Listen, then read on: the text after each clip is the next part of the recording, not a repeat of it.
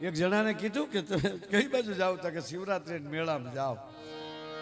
એમ અમે પેલા બહુ જાતા. હું કે હવે પેલા અમે બહુ જાતા, હવે હું તને કપાઈશું થઈ ગયું. પણ એક કામ કરજો, તમે શિવરાત્રીના મેળામાં જાઓ અને કોઈ દિગંબર સાધુના દર્શન થઈ જાય અને એના પગ પકડી લ્યો અને એના જો આશીર્વાદ મળી જાય એટલે બેડો પાર. આ અમુક મુદ્દો છે ને, આ મહાન બધા સંતો છે, પણ અમુક મુદ્દા આપણા મગજમાં બેસી જાય. આપણે અમરનાથ જઈને પારેવા ગોઈકી બોલો. હવે એ સફેદ પારેવા અહીંયા 10 રૂપિયાની જોડ મળશે. મહાદેવ હામો બેઠો એમાં મોજ માણી લો બાપ. એમ અહીંયા જેટલા આપણા મહાપુરુષો, જેટલા સંતો બેઠા છે, બસ એના ચરણે વયા જાઓ, બીજું ગોતવાની જરૂર નથી.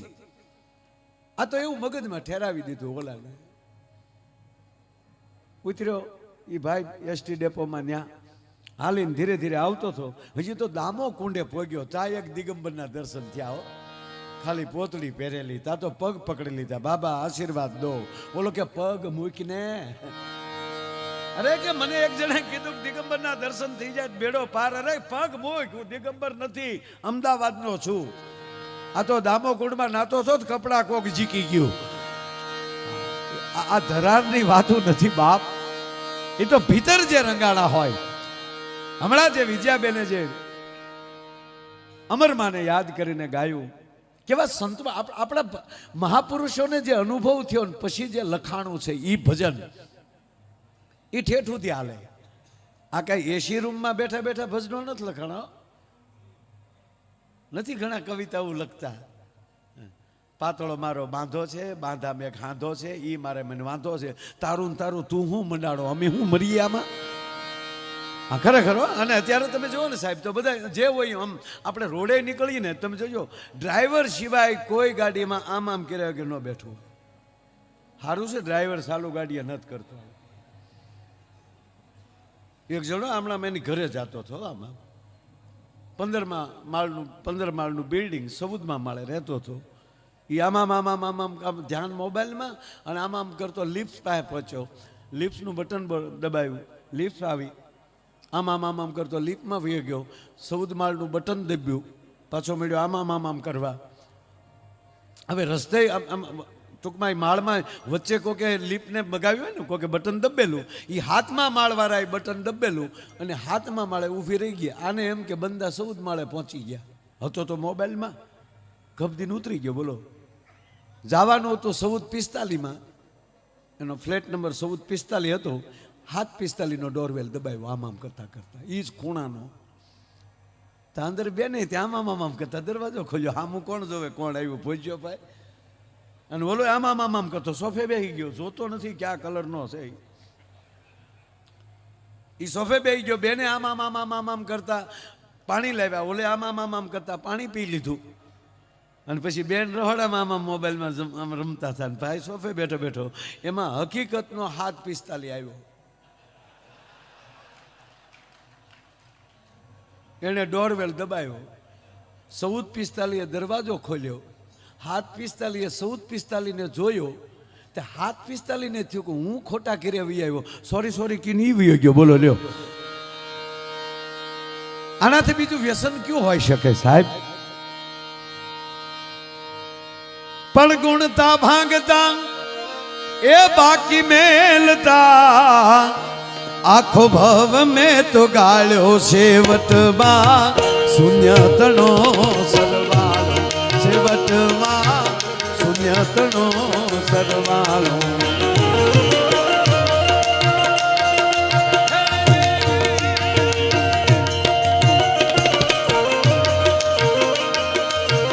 ગુણતા ભાંગતા બાકી મેલતા, આખો ભવ મેં ગાળ્યો છેવટમાં શૂન્ય તણો સરવાળો. છેવટમાં શૂન્ય તણો સરવાળો. હાવ દિલની વાત કહું, અહીંયા એટલા દી સાંભળવા જ આવીએ છીએ. આ તો ભાઈ કે એટલે આગ્રહથી બેસી આવી. અહીંયા જેટલું થાય સાંભળી લેવાનું. કારણ આ શરીર છે ને સાહેબ, એ ભગવાન કૃષ્ણની વાહળી છે. વાહળીમાં જેમ જગતગુરુ ફૂંક મારે અને વાહળીના સૂર પકડાય. એટલે જ આપણી પ્રથા છે, આપણી પરંપરા છે કાન ફૂંકવા. ગુરુ એકવાર કાન ફૂંકી લે પછી પોલું થઈ જવાનું, પછી ઈ જેમ સૂર મૂકે. એક લગ્નમાં ઢોલ અને હરણાઈ વાગતી હતી, ઢોલની ધબધબાટી બોલતી હતી કે વીરના જરી ભરેલા ધબધબાટી બોલતી હતી.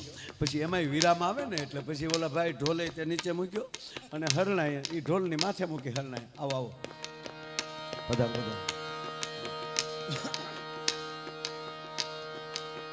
બહુ સરસ વાત છે. આ ઈ ઢોલ ને હરણાઈ બે ભેગા બેઠા. એમાં હરણાએ પૂછ્યું, શરણાએ વાત કરી ઢોલને,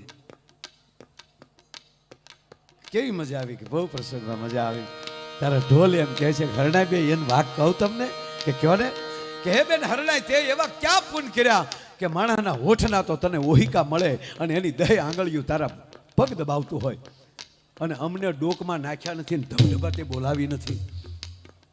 અને ત્યારે શરણાએ જવાબ આપ્યો કે હા ભાઈ ઢોલ, અમે અમારા જીવનને પોલું કરી નાખ્યું છે, અમે અમારા જીવનના છિદ્રોને ખુલ્લા મૂકી દીધા અને માલિક જેમ ફૂંક મારે ને એમ વાગ્યા છીએ. અને તે તારા બે પડ ઢાંકીને રાખ્યા છે અને દબેલું રાખો ને એટલે દુનિયા બહુ ટીપે કે આમાં શું છે, આમાં શું છે, આમાં શું છે, આમાં શું છે. એકવાર ફૂટી જાય ને પછી કોઈ જો દાંડી મારે તો મને કહેજે સાહેબ. સદગુરુ જેમ આપણને ફૂંક મારે એ રંગ મોરલડી વાતમાં વહેતી રહે, એ રસ ખેલાને ગાનમાં કહેતી રહે, રંગ મોરલડી વાતમાં વહેતી રહે. એ આજ મેળે મળેલ પાછા મળશે નહીં. બે કડીની એક કડી કરું છું. આજે આપજો આની કરતા પણ સારો ઉત્સવ આવશે. આપણે એમ નથી કહેતા કોળું, પણ વર્તમાનમાં જીવવાની કોશિશ કરજો. અત્યારે જે મોજ આવે છે, અત્યારે જેની બાજુમાં બેઠા છીએ, જે સ્થળે બેઠા છીએ, બાપુ ગુજરાતી ભાષાની મોજ તો જુઓ. એ વહી જાતા આ વેણ પાછા વળશે નહીં. ગુજરાતી ભાષા જુઓ. એ વહી જાતા આ વેણ, બોલેલો શબ્દ પાછો નહીં મળે. અને એનો એ શબ્દ એ વહી જાતા આ વેણ, નદીને વેણ કહેવાય, એ પાછું ન ફરે. હે એને ઘડનારે, હે એને ઘડનારે, હે એને ઘડનારે સુરમાં જ બોલી ગડી. મેળે મેળે મેળે મેળે હે મેળે મેળે મોરાલી હેલે જડી. આ શિવરાત્રીનો મેળો, એમાં શરીરરૂપી વાહળી આવા રૂડા ભજનો સાંભળી લે કાનથી.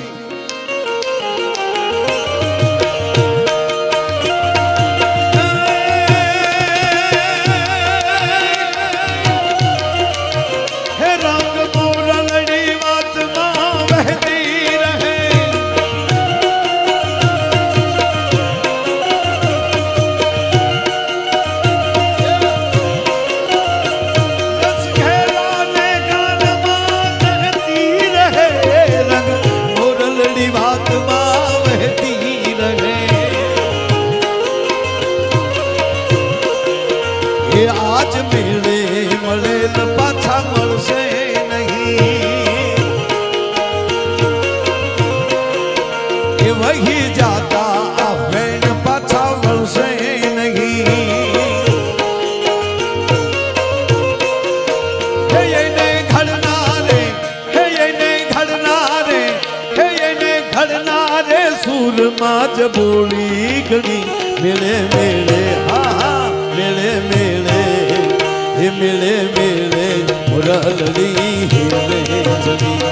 એજી હેલે ચડીને રાગ રેલે ચડી, એવી હેલે ચડીને રાગ રેલે ચડી. મેળે મેળે મોરલડી હેલે ચડી.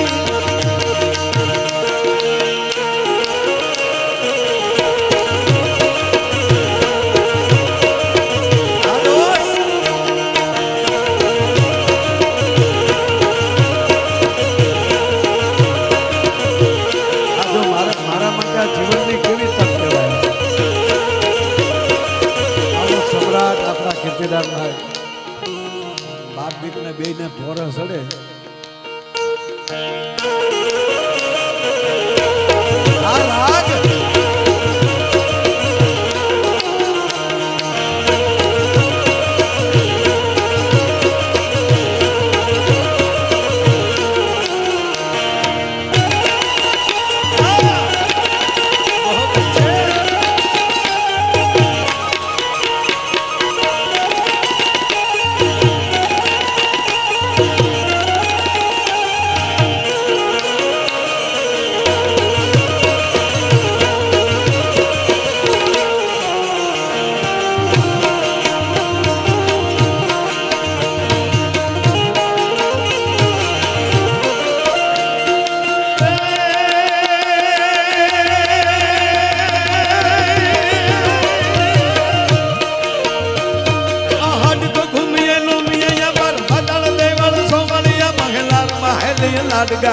દિલ ચલે ન જલે નળિયા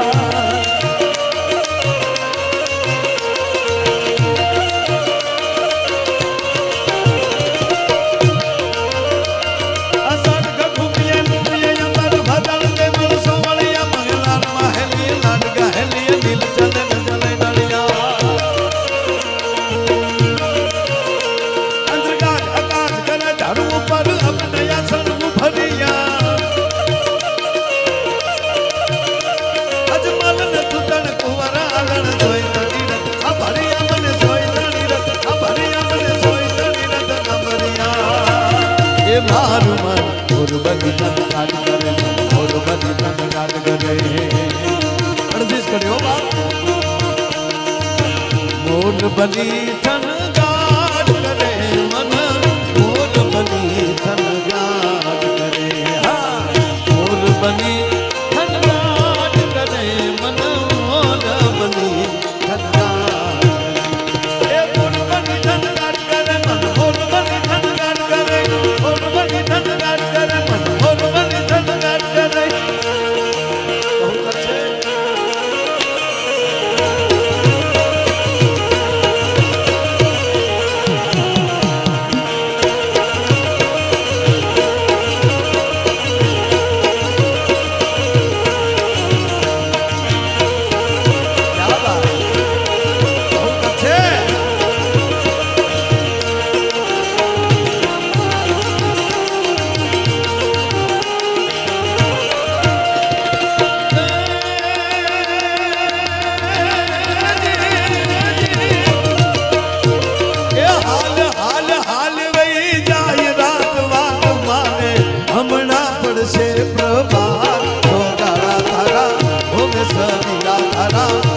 રંગીલા તારા રંગ ફેરો તુવે તારી વાત રંગલો એ રંગલો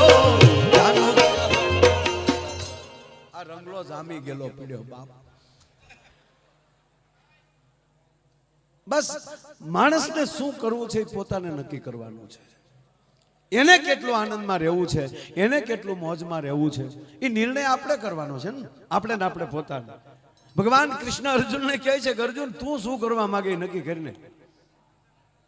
અને ત્રીજી વાત એ જે નિર્ણય કરે છે, ઈશ્વર જે નક્કી કરે છે એને આગળ માણસનું કંઈ ચાલતું નથી.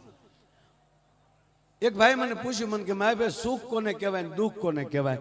મેં કીધું આપણું ધાર્યું થઈ જાય એ બધું સુખ, એને માણસ સુખ માને, અને આપણું ધાર્યું ન થાય ને એને દુઃખ. હું હમણાં અમેરિકા આવતો હતો તો વચ્ચેથી પ્લેન પાછું ફર્યું અને અમને કુવેતમાં ઉતાર્યા. 3 દી કુવેતમાં ધુબાકા કર્યા. બોલો એને દુઃખ કહેવાય. પાછા ફર્યો ને નકર રાખ્યા હતા 5 સ્ટારમાં જ. એમાં કઈ હળવું તો નહોતું. બસમાં નહોતા આવતા, બસ સ્ટેન્ડમાં ઉતારા હોય, ગોધરા ગાવા નાખ્યા હોય. તમે હેમાં મુસાફરી કરો છો ને એના ઉપર આધાર છે. બોલો તમે જો તમે નક્કી કરજો. જો પ્લેનમાં આપણે જતા હોય, આપણે એરપોર્ટમાં હોય, ભલે પ્લેન મોડું થાય પણ જાહેરાત કરવા વાળા કેવા પોસા હોય હે, ટિકિટ પ્રમાણે હોય ને. कृपया ध्यान दीजिए बॉम्बे जाने वाली फ्लाइट 2.5 घंटा डिले की जाती है. 2.5 કલાક મોડું હોય તો આપણે ગોઠક બોલે કેવું સારું. એનું ઈ તમે એસટી ડેપોમાં વયા વળ્યો. જુનાગઢ વંથલી પ્લેટફોર્મ નંબર 4 ઉપરથી ડ્રાઈવર ક્લીનર કેન્ટીનમાં હોય તો એની બસ ઉપર જાય.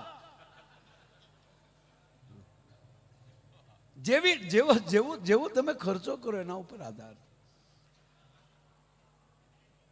એટલે જીવનમાં મોડું જીવવાનું તમે આપણે નક્કી કરી લે કે રિક્ષા જ લેવી છે,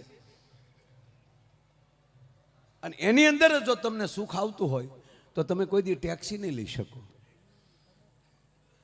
અને જો તમારે ટેક્સી જ લેવાની ઈચ્છા છે, તમે પ્લેન નહીં લે. આ બધું ભાડે જ દેવાની વસ્તુ છે. બોલો, આપણા ભાગ્યમાં ભગવાને લખ્યું હોય કે તમે ડ્રાઈવર થાઓ, પણ ડ્રાઈવર હેના થવું એ તો આપણે નક્કી કરવાનું. ભાગ્યમાં લખ્યું છે ડ્રાઈવર, પણ ધારો તો પ્લેનના ડ્રાઈવર થઈ શકો, પાયલોટ બની શકો, પણ ઘૂમ જ કરવું છે.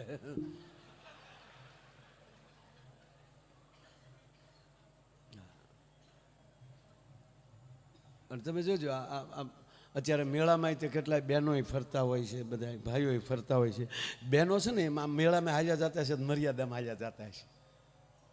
બરોબર, આપણે ખપ ખપ કરતા હોઈએ હતા. બેનું શું કે મારા રોયા કોણીઓ મારી મારી ધોળ્યા જ જાય છે. આપણને હક નથી, બહેનોને શાંતિ છે. અને આપણે પુરુષ છે ને એ આપણે ગમે એની ટીકા કરી લઈશું, બહેનો ટીકા નહીં કરે કોઈ દી.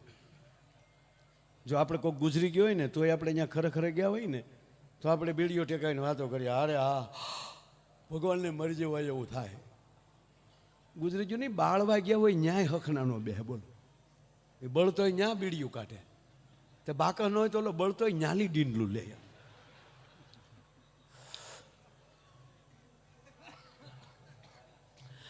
રામ રામ રામ રામ. કડબના ભોળા ઘોડ્યા બળે. બોલો, જો છે માણસને વેલ્યું કાંઈ, શરીરના હું ભરોસા. કાલ મારી વાડીએ આવ્યો હતો, હવે આવે તો કે છે ને, અને હવે આવે તો તોય વંડિયું ઠેકે ન જા દીકરા.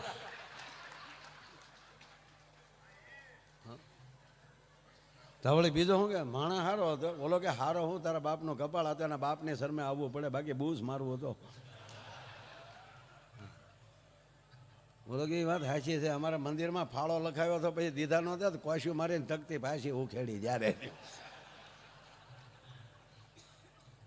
ગમે હોય છે તો પુરુષ ટીકા કરશે, બહેનો ટીકા નહીં કરે. જો એ જ જગ્યાએ બહેનો બેઠા હોય પાછા, અહીંયા બેઠા બેઠા વાત કરે, કેવા હારા કા બેન, તાકે એની વાત થાય બેન. નીતિ એના બાપની બેન, નીતિ એના બાપ. આખી જિંદગી 3 પતિ જીતલાઈ રેમાં, પણ પાનું કોઈ દી સોર્યું નહીં હો. નીતિ એના બાપની જવાન નીતુડી.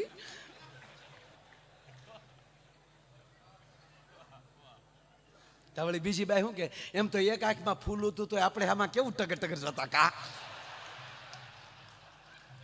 તાવળી બીજી બેન શું કે એમ તો બિચારા ઘોડિયા હાલતા પણ કેવું ઠડીંગ ઠડીંગ જાતા. તાવળી બીજી બેન શું કે એમ તો અમારા પાડોમાં રહેતા ને અમને બધી ખબર છે, રોજ દિયાચ મેં 3 કોથળી પી જતા પણ ગાળ્યું સિવાય બીજું કાંઈ બોલતા નહીં. લે તો એ હું ભજન ગાય તારો બાપ. તાતોળી બીજી બેન ગાડા જેવડો નિહાકો નાખે, જેની આઈ જરૂર એની ન્યાય જરૂર. ન્યા હું બિયર બાર ખોલ્યા ડોહા ન્યા. પણ બાપ મારો કહેવાનો અર્થ, આપણી પાસે સત્ય હશે તો આપણને આનંદ આવશે. તમારા પોતા પાસે સત્ય હશે તો તમને દુનિયાની વ્યાકુળતા તમને સતાવી નહીં શકે. સત્ય તમારું હોવું જોઈએ. આ સત્યની તાકાત છે, આ ભજનની તાકાત છે. 25-30 લાખ માણા સાહેબ જુનાગઢના શિવરાત્રિના મેળામાં આવીને વયું જાય, અને એમાંથી કોઈને એમ કહેવાય ગયો ટાઢિયો તાવ ન આવે. લાખો માણા પરિક્રમા કરીને નીકળી જાય. સાહેબ એક પણ એમ કહેવાય ગયો કે એક માણસને કીડી ન કરડે. આનાથી તમારે ધાર્મિકતાના મોટા પુરાવા બીજે ક્યાં લેવા જવા.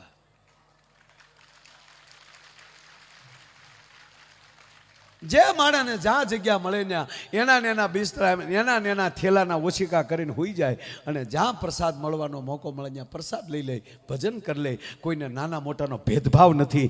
એક હરખા કરી નાખે છે ને, એ જ આ મેળાની મોટામાં મોટી તાકાત છે બાપ. અને હમણાં જ બેને ગાયું એટલે એક નાની વાત કહીને મારા શબ્દને વિરામ આપું. અને મારે ગોપાલ સાધુ બાળેટો કલાકારો, દૂધ ફૂલ્યો સાધુડો છે. ધીરે ધીરે ધીરે ધીરે હજી મૂછનો દોરો ફૂટી રહ્યો છે. બાગડદા ધમા ઘોડલી કરતો કરતો નીકળી રહ્યો છે. આ તો અમને આનંદ આવે એટલું કહ્યું, નહીતર પાછું કહે કે એ માફી માગો, અમારું બોલાય કેમ.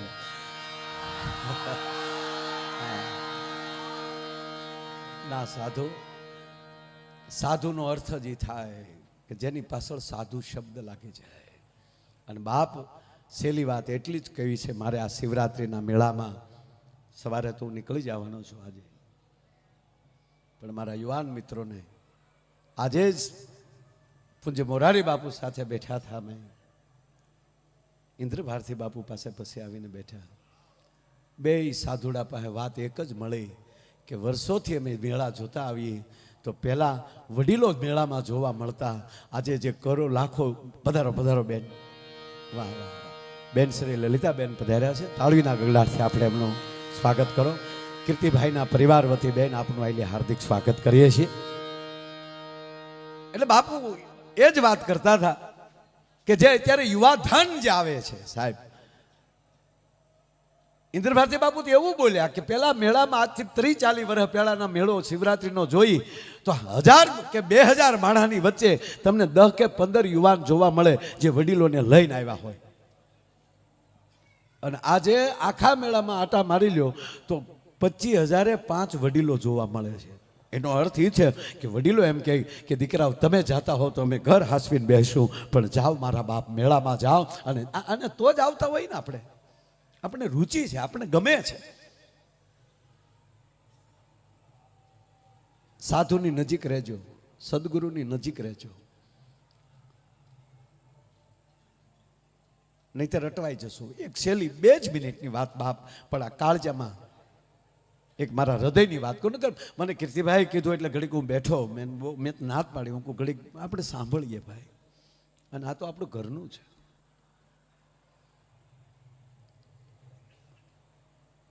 કોઈનું અડધી સાંભળેલું સત્ય ન માનવું. કોઈ વ્યક્તિને રૂબરૂ પરિચય થયા પહેલા એના માટે કોઈ દી નિવેદન ના આપવું. ટૂંકો દાખલો, કીર્તિભાઈ, આપ બધા યુવાનો બેઠા મારા ભાઈઓ છો. આપણે ભગવાન રામના ભાઈ તો નથી ને? આપણે મહારાજ દશરથના દીકરા તો નથી ને? આપણે સુમિત્રા નંદન તો નથી ને? લક્ષ્મણ તો ઈ હતા, શેષનારાયણનો અવતાર હતા, દશરથના દીકરા હતા, ભગવાન રામના ભાઈ હતા. અને સુમિત્રાજીને ધાવીને મોટો થયો એ મહાપુરુષ, છતાં અડધું સાંભળે છે. રામાયણનો પ્રસિદ્ધ પ્રસંગ,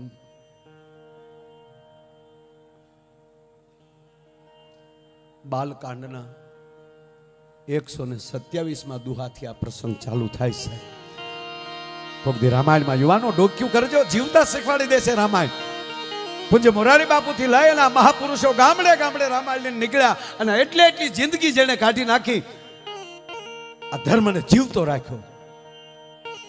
આવા સંતોએ આ ધર્મને જીવતો રાખ્યો. પોતાની જગ્યાઓમાં હરિહરો રાખીને આવા ભજનો કથાઓ કરાવીને, શાસ્ત્રોના પઠન કરાવીને, સાહેબ આવા જો વાંચતા શાસ્ત્રો થઈ જાય ને. પધારો પધારો મયુર દાદા, પધારો. વાહ વાહ. 2 જ મિનિટમાં મારે આ પ્રસંગ પૂરો કરી લેવો છે મારા બાપ, કારણ કે હજી આ બધાને સાંભળવાના. પણ યુવાનોને વિનંતી કરીને કહું કે આવા રામાયણમાં આવા પ્રસંગો ગોતી અને પરિવાર પાસે બેઠા બેઠા એકવાર સાંભળી લ્યો ને.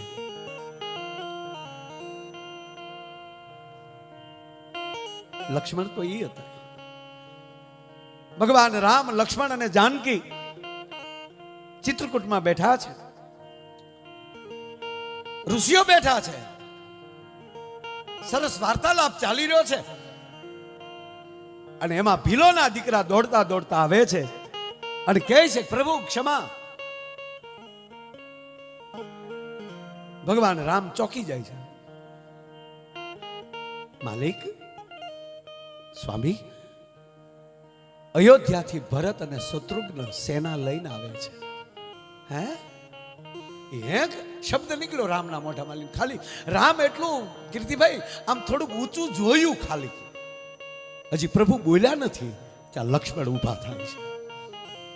શેષ નારાયણની પૂંછડી ઉપર પગ મુકાણો હોય એમ નારાયણ ઊભા થયા. લક્ષ્મણ અને ભગવાન રામ હામું જોઈને એટલું કીધું, સ્વામી માફ કરજો, આપની આજ્ઞા વગર બોલું છું. શું સમજે છે કઈ કઈ નો દીકરો કે 14 વર્ષ પછી તમે પાછા ગાદીએ ન બેસી શકો? વિશાળ રાજ જોતું છે ને, અને એકલા સમજીને વનમાં આવે છે, એને ખબર નથી સાથે કોણ છે. વીરસ મળ્યો પ્રગટ થવાના, આંખ તપેલ ત્રાંબા જેવી આંખો મળી થવા. નારાયણ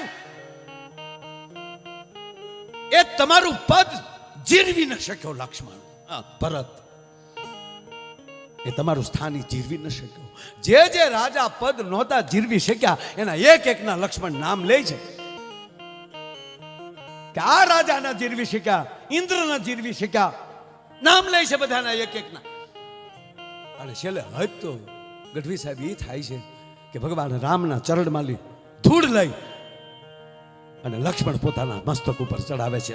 કમર કચી લે છે, ભાથો બાંધી લીધો, જટા બાંધી લીધી અને હાથમાં ધનુષ લઈ અને એટલું કીધું કે માલિક માફ કરજો, કે જેમ હાથીના ઝૂંઢ ઉપર હાવજ ત્રાટકે અને જેમ તેતરના ટોળા ઉપર બાજ ખાપકે અને જેમ તેતરના ટોળાને વીખી નાખે એમ એની સેનાને હું વીખી નાખીશ. અને આપના શરણની સોગંદ હું એને જીવતો નહીં જવા દઉં. ભગવાનને બોલવાનો મોકો નથી આપતા લક્ષ્મણ સાહેબ. આકાશવાણી થઈ અને દેવતાઓ બોલ્યા, સાવધાન લક્ષ્મણ, વિવેક વગરની વાણી છે એ માણસને નાના બનાવી દે છે. આપ આદર્શ ગુમાવો છો.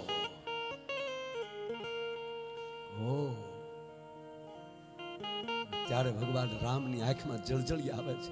એ ગાંડા, તું કોની ભેગો છો ઈ તો જો. કોના માટે નિવેદન આપો છો આપ? સાહેબ ની રોજ પગ દબાવવા વાળી વ્યક્તિ છે, જે પોતાને વનવાસ નથી મળ્યો છતાં પરિણિત હોવા છતાં એકલા પ્રતિજ્ઞા લઈ લે કે હું રામ માટે જિંદગી ભર 14 વર્ષ સુધી હું નિંદ્રા નહીં કરું. આવો હારે આવ્યો હોય એના માટે રામ ન કે હશે હશે લક્ષ્મણ આવા તો જે જોશું ના. સાવધાન લક્ષ્મણ, આદર્શ ન ગુમાવો. આદર્શ વગરનું જીવન વ્યર્થ છે. માલિક, મેં આદર્શ ક્યાં ગુમાવ્યો? અને આ લક્ષ્મણ જો આદર્શ ગુમાવી દે તો તાકાત છે કોઈની મારા બાપને કોઈ વનમાં મોકલી શકે? મેં આદર્શ નથી ગુમાવ્યો. મોટા ભાઈ, આદર્શમાં જીવન આ વ્યર્થ થઈ જાય એનું શું કરવું? અને ત્યારે પ્રભુ રામ બોલે છે કે લક્ષ્મણ, આદર્શમાં વ્યર્થ થયેલું જીવન બીજાની માટે આદર્શ બની જાય છે, જગત માટે આદર્શ બની જાય છે. અને બીજી વાત કહું લક્ષ્મણ, હવે સાંભળજો. આ વાત હાલે છે કેન્દ્રમાં સાધુ, કેન્દ્રમાં ગુરુ, કેન્દ્રમાં સંત છે. એક વાત કહું, સાંભળી લે લક્ષ્મણ. બ્રહ્માજી આ સૃષ્ટિ બનાવી છે, એમાં અનેક જીવો મૂક્યા છે. જોજો લક્ષ્મણ ગોથું ખાઈ ગયા. આમાં ભગવાન રામ હવે બોલે છે કે લક્ષ્મણ, આ પૃથ્વી ઉપર જેટલા જીવ છે ને સૃષ્ટિમાં, એમાં અતિ ઉત્તમ કોઈ આત્મા હોય તો ઈ મારો ભરત છે. એના માટે તમે આવું બોલો છો. અને સાંભળી લ્યો લક્ષ્મણ કે આદર્શ કોણ ગુમાવે? હે લક્ષ્મણ, પોતાનું પદનું કોણ ન જીરવી શકે? જેણે સાધુનું ચરણ ન સેવ્યું હોય, જેણે સદગુરુ ન કર્યો હોય, ઈશારો કરી દીધો કે નુગરો હોય, એ ન જીરવી શકે. ત્યારે સાંભળી લો લક્ષ્મણ, મારો ભરત પરમ સંત છે, મારો ભરત પરમ સાધુ છે. તા તો ઓલા આવી ગયા, પણ ભરત દડતો દડતા આવે છે. અને ધૂળમાં લઈ ભગવાન રામે આમ ભરતને સાથીએ લાવ્યો. મોટા ભાઈ ભરત, બસો ભરત. થોડાક દૂર લક્ષ્મણ ઉભા થયા, થર થર કંપે છે.